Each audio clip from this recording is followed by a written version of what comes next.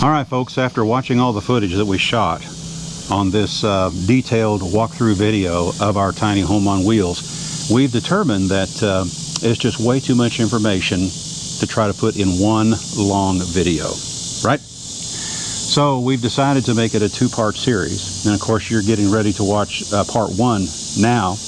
Part two will air on what date? August the 24th. August the 24th, which will be Thursday, August 24th, and it will be released at 6:30 p.m. Central Time. So we hope you enjoy part one, and then be sure and tune in to part two on August the 24th, 2023, Thursday at 6:30 p.m. Central Daylight Time. There you go. Yeah. Okay, enjoy the video. Hey everybody, Bill and Deb. Hi there. Well, for all intents and purposes, our tiny house on wheels is finally completed. Yes. Now, it has been a process. Yes, it has. Now, we started living in this while we were working on it 30 days after we took delivery of the trailer. Yeah, we've been living in this since June of 21. Wow, I hope, yeah, and you're right. Yeah, since June of 21, but you have to understand it was not what most people would consider livable, but hey, that was the choice we had. Basically what we did, we took delivery in late May, right? Or late April. Late April, I'm sorry. That's okay. See, she's better, she remembers dates better than I do. And we worked on it to the point where we could go to bed, take a shower, and go to the bathroom. In a bucket. Yeah, in a bucket. I mean, really a bucket. Yeah, honestly, just a bucket. And then of course we had no air conditioning at the time, you know, no windows. No windows. So and then we continued to live in it while we continued to build it. So it was quite a process. Right. Within the first year or so, we finally got it up to where we took a break. You know, we had it to a point where, you know, it looked like a normal. It still had some work to do, but it was a normal home as far as, you know, most people would consider it a home. So then we took a break, and then we just did little projects along the way here and there. Well, it's hard to work on it when you're at a campground because your fellow campers don't want to hear saws. Well, you know, we got busy meeting folks in our travel. And that's true, too. And then we had the Tiny House Adventures rendezvous we were doing at the same time. And dang it, we're not young. Well, now, don't. Oh, okay, don't talk about that. It all depends on the day. Oh, yes, that's true. It all depends on the day. But anyway, what we're going to try to do, we're going to walk you through this step by step, and we're going to try to do it in an organized manner. So you know, we can cover all the things that everybody's wondering. I hope anyway. If not, you know, be sure to ask questions. Oh, yeah. We'll be happy to answer them as best we can. But we are very proud of what we ended up with. It's a very, very comfortable home. Well, I had company yesterday, and she says, this has turned out to be like a real nice studio apartment. And I said, yes, that's what I was looking for. So anyway, we're going to get started. So here we go. All right. So the first thing that we're going to cover, and we know it's always on a lot of folks' minds, is the dimensions and weight of the trailer. Deb, do you happen to know the dimensions? It is 8.5 by 20 by 7.5. You're correct. Yeah, 7.5 foot ceilings on the inside. We went extra height on the ceilings because we wanted to have a shower drain inside the trailer, not outside where it could freeze. Which we'll cover that when we get inside in more detail. Now, when she says 20 feet long, that's to the V. That's to the beginning of the V, and of course the V itself. It's 22 inches to the point. Boy, you got these dimensions down. I've measured this thing. Now this is all inside dimensions, of course. Yeah. Well, the part that I have to deal with inside. Yeah. Do you happen to remember how much it weighs? 77? 75. 75. 7,500 pounds. Now, keep in mind, folks, when we say 7,500 pounds, the first thing a lot of folks are going to say is, well, 7,500 pounds, if you were to compare a traditional RV to this of the same dimensions, it's going to weigh in around 5,000 pounds. But this is true. This is, yes, but that is with us loaded for travel. I mean, we've got everything we own in this trailer and that van because we're full-time. We don't have a storage building somewhere. This is it. And we've done videos about that in the past because folks don't realize when you buy a traditional RV off of the lot and they say it weighs 5,000 pounds, you don't realize how much stuff you're going to put in it. Yes. You know, and here again, just like Deb was saying, everything we own is in this or in that van over there. Yeah. So yeah. Now the axles, do you remember the size of the axles? What weight rating they are? 75? No. These are 5,200 pound axles. Right. 5,200 pound axles. So that's technical stuff. So, you know, in theory, with 5,200 pound axles, the gross vehicle trailer weight could go all the way up to 5,200 pounds, 10,400 pounds. Yeah, well, we wouldn't want to pull that with our van. No. But anyway, so that's the deal there. So now the next subject after this. Okay.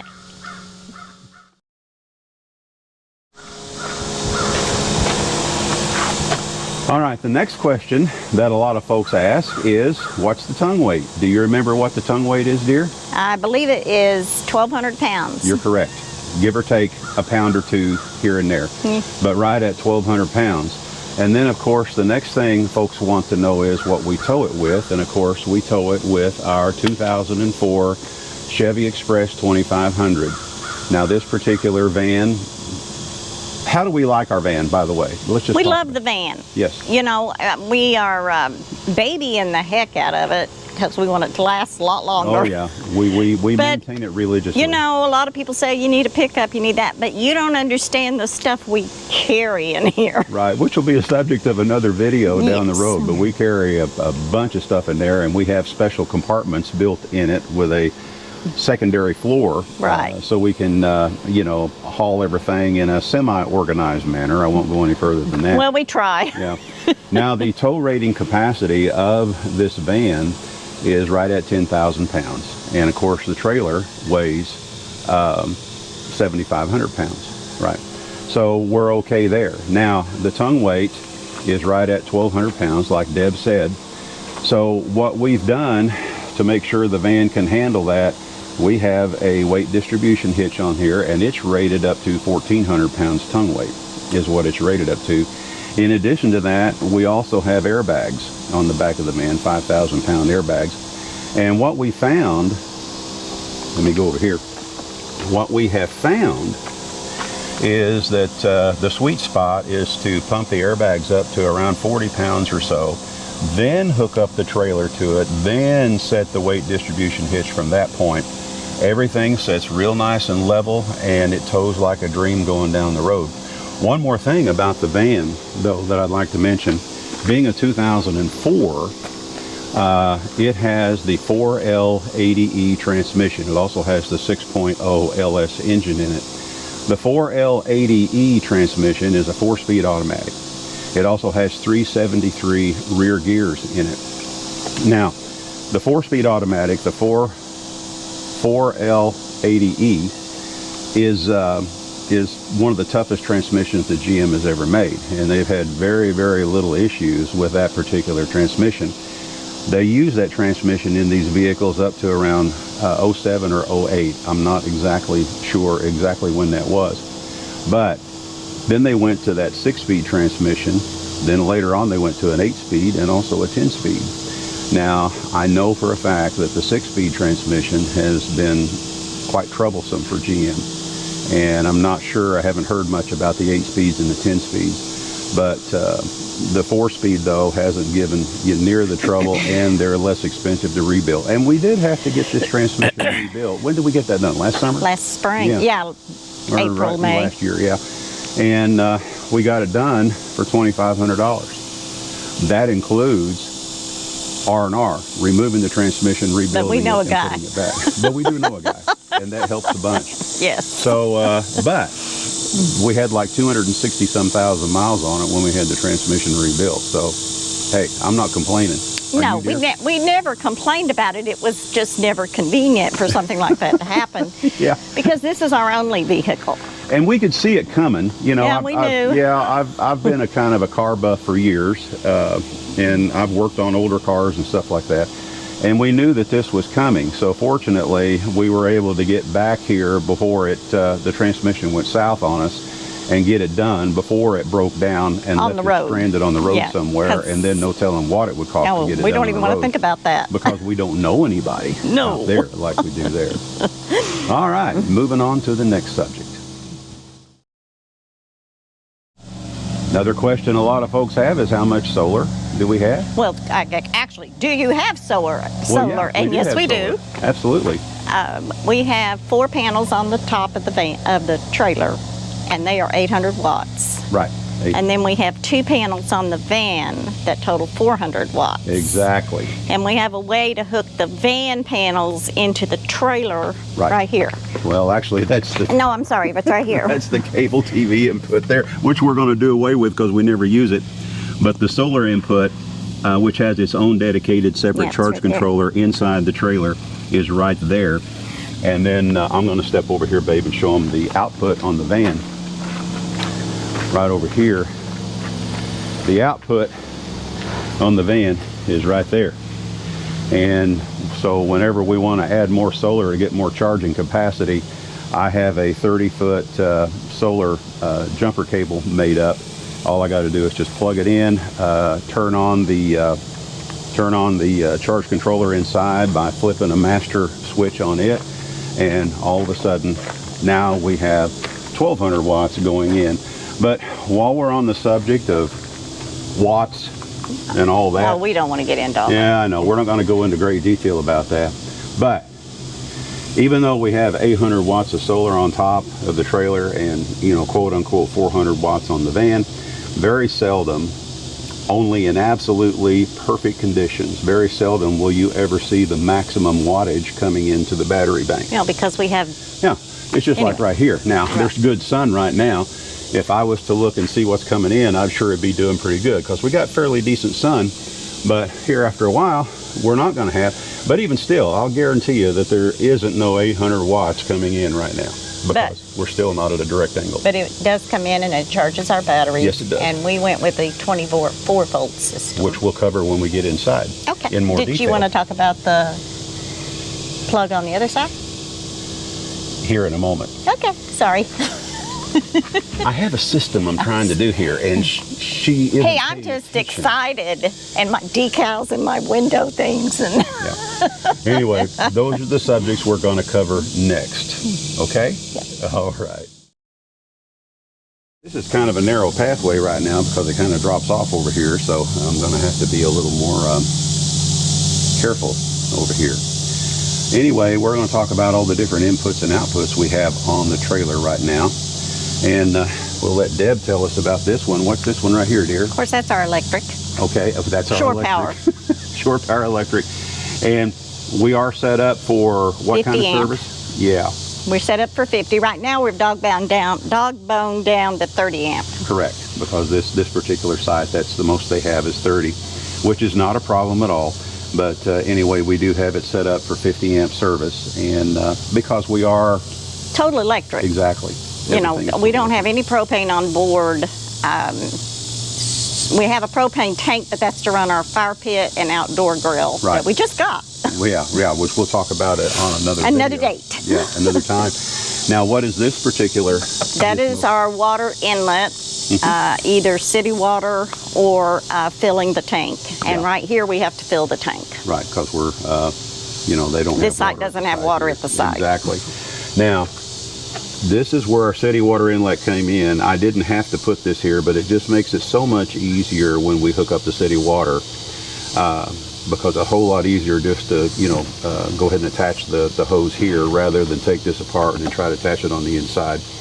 And when we're not using this, we do cover that up to keep, you know, insects. Yeah, we don't want any wasps going in there. Right. Now, right over here, this is the vent for the gray water tank, which we'll talk about more when we get inside. This right here is what, dear? It is a 12-volt plug for... It's an output. It's an output. Correct. It's because sometimes we hook a pump up to that to pump off our sewer water. We have a macerator pump, which we can connect right here to our sewer right here, which is a standard size RV type sewer. The only difference is instead of using a gate valve underneath, we used an 1.5-inch ball valve. It's just that I really didn't have enough room under the chassis right here to put a gate valve there. And that brings to mind something that we didn't talk about a little bit ago when we were talking about the axles and the rating on them. These axles are also straight axles rather than the traditional 4-inch drop axles. Right. And if you'll notice, look at how much clearance we have. We're taller off the ground, which makes it a whole lot easier for things like this. Yes. So when we're, like we say, when we're at a place like this, we hook up our macerator pump to this, and then we can pump it into the van down there. We have a separate auxiliary tank. And it's just gray water. Right. Because we don't have black water. Right, because we use a dry toilet setup. Yes. We won't call it composting. No. And technically, even toilets that are called composting toilets. We're not going to get into all that. We're not going to get into that right now, but anyway. Anyway, we've got really well. This where we can plug it straight in. We just simply plug in the macerator pump right here, and boom, we're pumping it off into the auxiliary gray tank in the van. And then we have a regular valve on it with a regular sewer connection like that. At the van, we go up to the dump station, hook up the sewer hose, open the valve, and boom, boom, boom, it's done. This right here is a input. It is a regular 15-amp style input, and it goes to a one dedicated receptacle in the trailer, and that's all it does. And the main reason why we have that input right here is it's set up so we can plug our charger in that charges the battery bank directly into that particular receptacle on the inside. If we're out boondocking somewhere and we've had very little sun or something like that, we can simply, we can still have our panels working as best they can. They're going to be running at about half capacity, depends on, how cloudy it is. But in order to give ourselves a boost, we can plug our little 2,000 watt generator in to this right here. All the generator is doing is running the charger. We actually have 2 chargers that we can power from the generator off of the receptacle inside. So then we have what we're bringing in from the panels plus what the chargers are doing, and all the generator is needing to do is just run those chargers and nothing else, and we still run off of the inverter on the inside. Get loud. Right. It just sits there and idles. Doesn't use as much fuel. Exactly. And it's plus, if we happen to mooch dock off somebody's driveway, we can do the same thing. We can plug into their electric, and this will charge our charger. We'll keep our charger going, which will help, which will be working with the panels. Yes. And then we can still run off the inverter, and we don't have to worry about having a 30-amp power source, that way. And it works really well. We've used it several times. Several times. Many, many, many times have we used it, and it has worked fantastic. Yes. All right, on to the next subject. All right. Now this. Yes. This is my pride and joy. Yeah. This is our Senville mini split, and what BTU rating is it? 12,000 BTU. 12,000 BTU, right. It sips energy. Right. But yet it keeps us cool. Like today, it's supposed to be 111 real feel out here. We know that when we go in there, we'll be turning it up. No, not 72, which is what I got set on right now, because it'll get too cold in there. Yeah, it will. And in the wintertime, we've been down in the teens, and it's got a heat pump. And the heat pump has kept us toasty warm in there. No problems whatsoever. Yeah. The only issue we ever had with it, and we've had it now, well, see, this is August. It's been mounted on the trailer since June of last year. 21. Right? We put this on almost the minute we got to Marvin and Mary's. Okay. So how long has it been there? Almost a little over 2 years. A little over 2 years we've been using it. We had one issue one time, and it wasn't the unit's fault. No. We had a major lightning storm. In fact, we were at this very campground when it happened. Up on the hill. Up on top of the hill. And I don't know what it is about the top of that hill, but they had the park attendants were telling us they had a major lightning storm. We don't think we'll go back up there. Yeah, we won't go back to the top of the hill, but for some reason it attracts lightning bolts up there. And we were gone. We came back, and our exterior lights were all out. It had blown out the receptacle we had to run our outside rope lights and things like that, which is on a GFCI, by the way. It had blown out the GFCI. And when we went in to fire up the mini split, we got a code. We got a code, and the code was for the fan motor, and that's the only thing that it messed up was the fan motor. But Sinville was nice enough, because we're still under warranty, to just send us one. Yeah, send us one free of charge. And Bill and friends put it in. Yeah, yeah. It wasn't the easiest thing in the world, no. But it was not, you know, super hard either. It was just something tight quarters and frustrating. I had never done before. But we love our mini split, and right now it's working at full max because it's really working to. Look at all the moisture it's pulling out. You can see how much it's pulling out, you know, down there. I set a dish under there so if Delilah's outside, she can always have a fresh drink. Right, right. But we just love this thing, and that's the loudest it ever gets. Yes. Right there. That is it's the absolute loudest it ever gets. And, you know, a lot of people will say, you know, is it running right now? And we say, yeah, it's running. And they say, well, I don't hear a thing. And I say, exactly. Now, the way we have the refrigeration tubes and everything ran together up into the trailer, we went down underneath and very carefully shaped a radius on the tubes and everything, and we're going up right through the floor, right there in the middle, and the tubes come right up the inside of this right here on the inside, and then into the air conditioner, which is mounted on a header right where the V begins, and we'll show you more about that when we get inside. Right? Yes. And I think it's about time to go inside. I'm getting hot. Are you ready to go inside? Yes. Yeah, it's time. Be right back.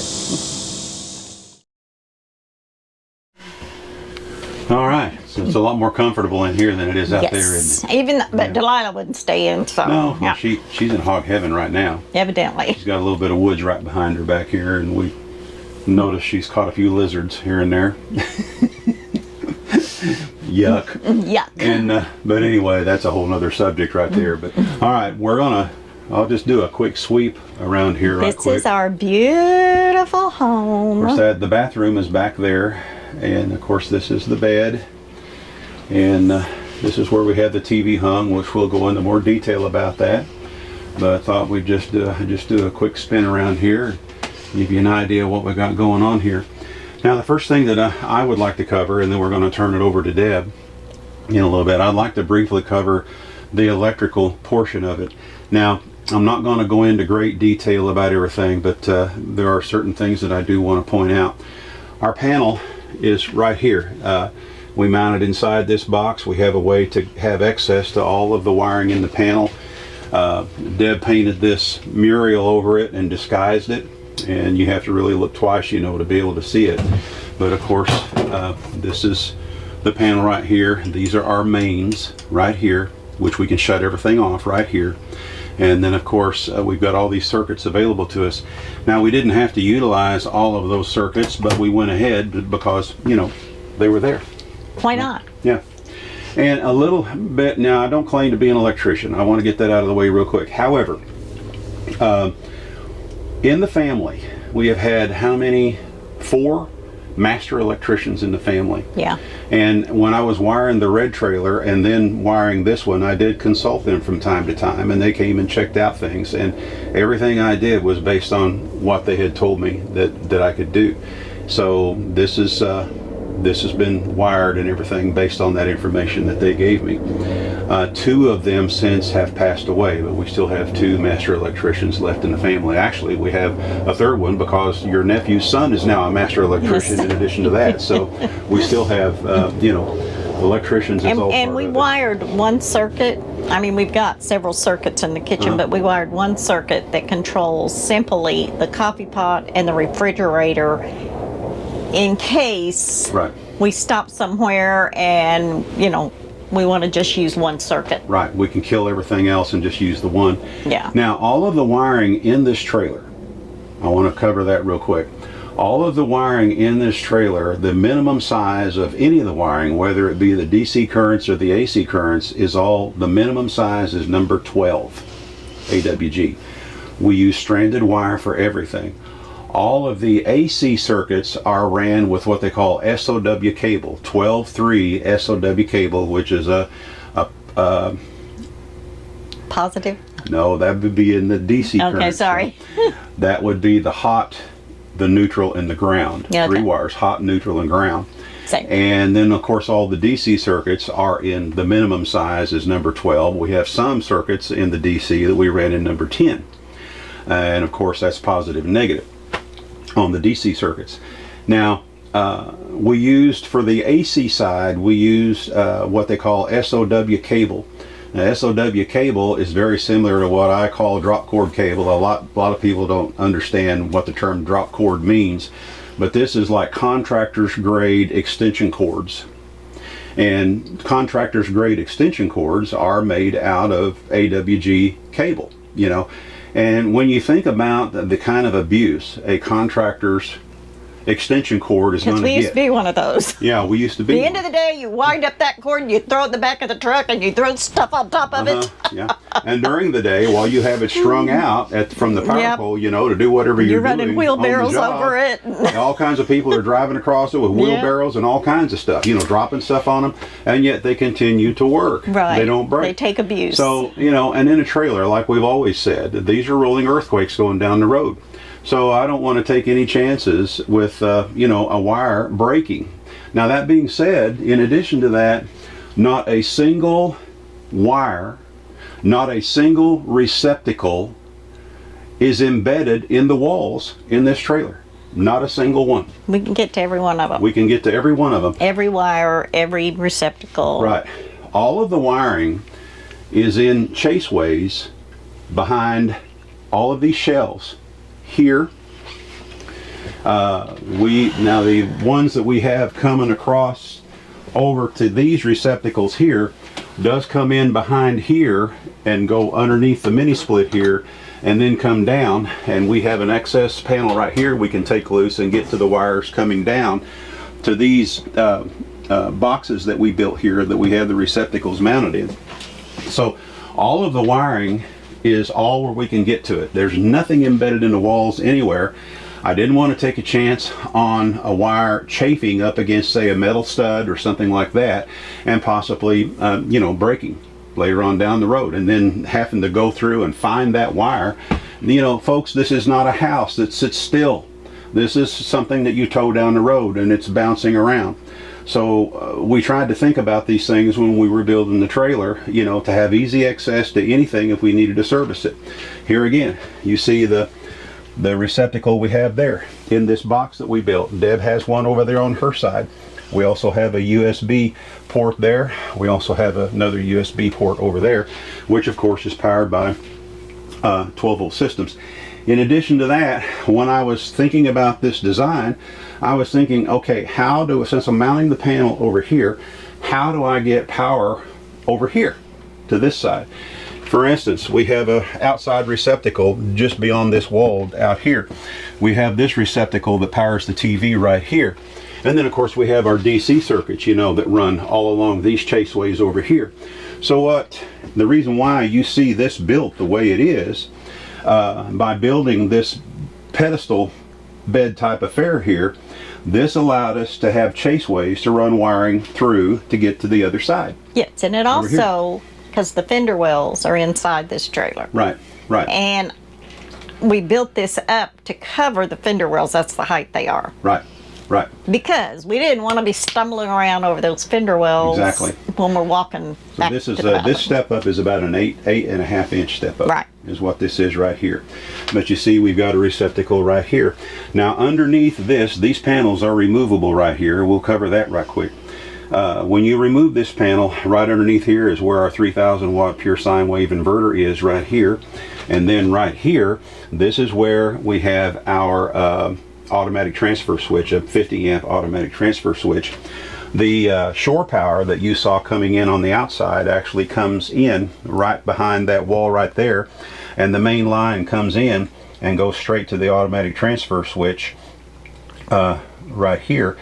And then of course the power from the inverter goes into the automatic transfer switch, and then there is a single power cable that comes off of the transfer switch and goes up to the panel over here. And all of this stuff is, it sounds complicated, but it just took some thinking. It just took planning, sitting here and thinking, okay, what are we going to do here? What are we going to do here? And how are we going to get power to it without burying wires? Right. So this is what we came up with. The whole idea, like I say, was to have everything as accessible as possible.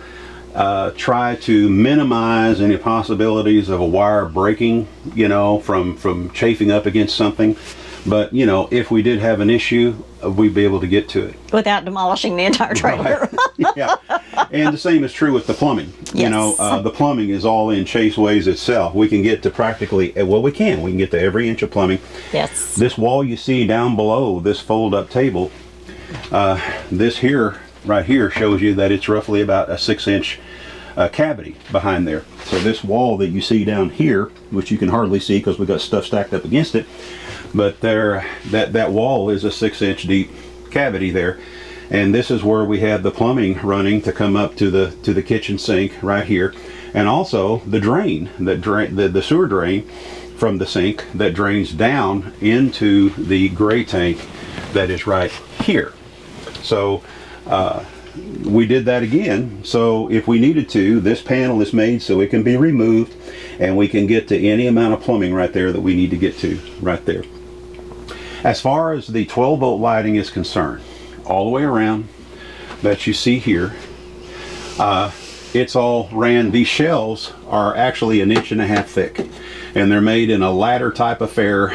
These are like 1x3s on the front and a 1x3 on the back, and then you have a 1x2 on edge going this way, and they're spaced out about 16 inches apart all the way down. And then there's holes drilled through those 1x2s to run the wiring down to catch all of these lights.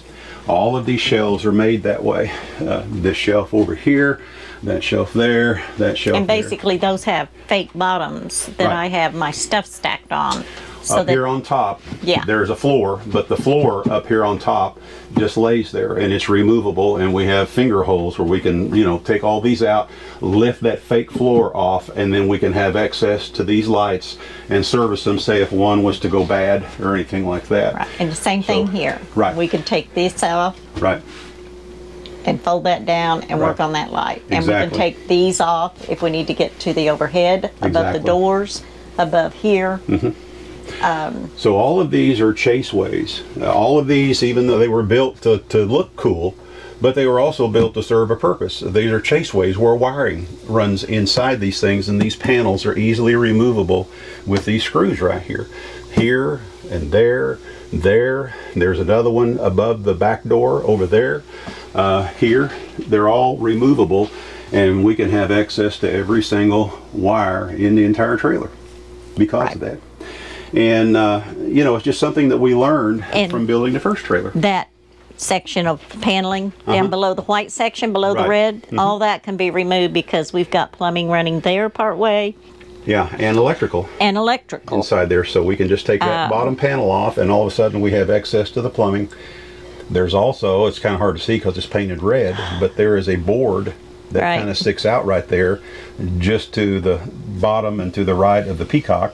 That is removable, and that gives you direct access to the shower control. In case I ever have to change that. In case we ever need to. I guess it's not if, it's when. Oh, it'll happen. Yeah, eventually. When we have to change that out. So we had to really think about this, how we wanted to do this all, so that we would be able to use it this way.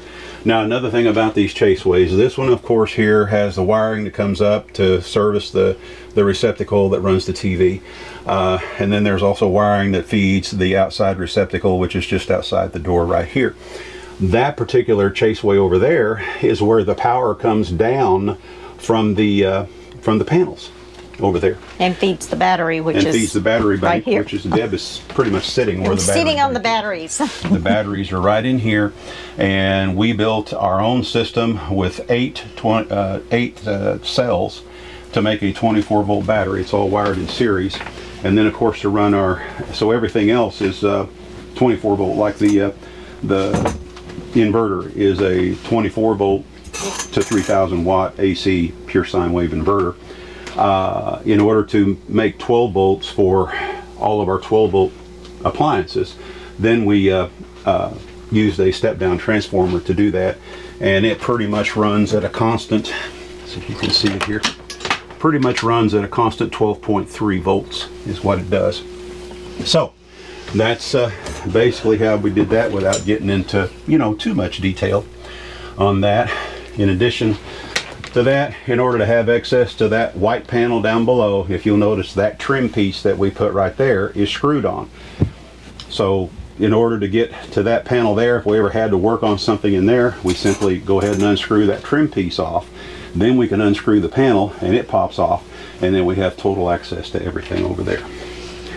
One more thing I might add before we move on is our 12 volt appliances. And when I say 12 volt appliances, like our ceiling fan, our max air fan, our water pump, all those kind of items are run with number 10 AWG wire, right, rather than number 12.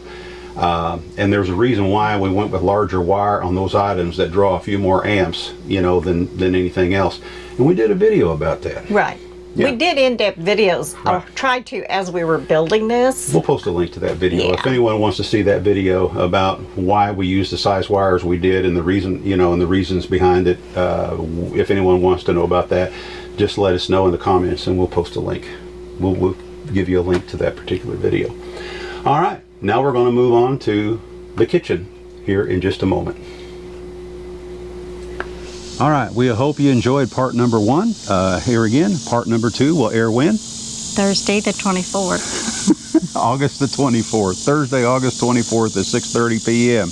But for now, this is Bill and Deb saying we're not camping.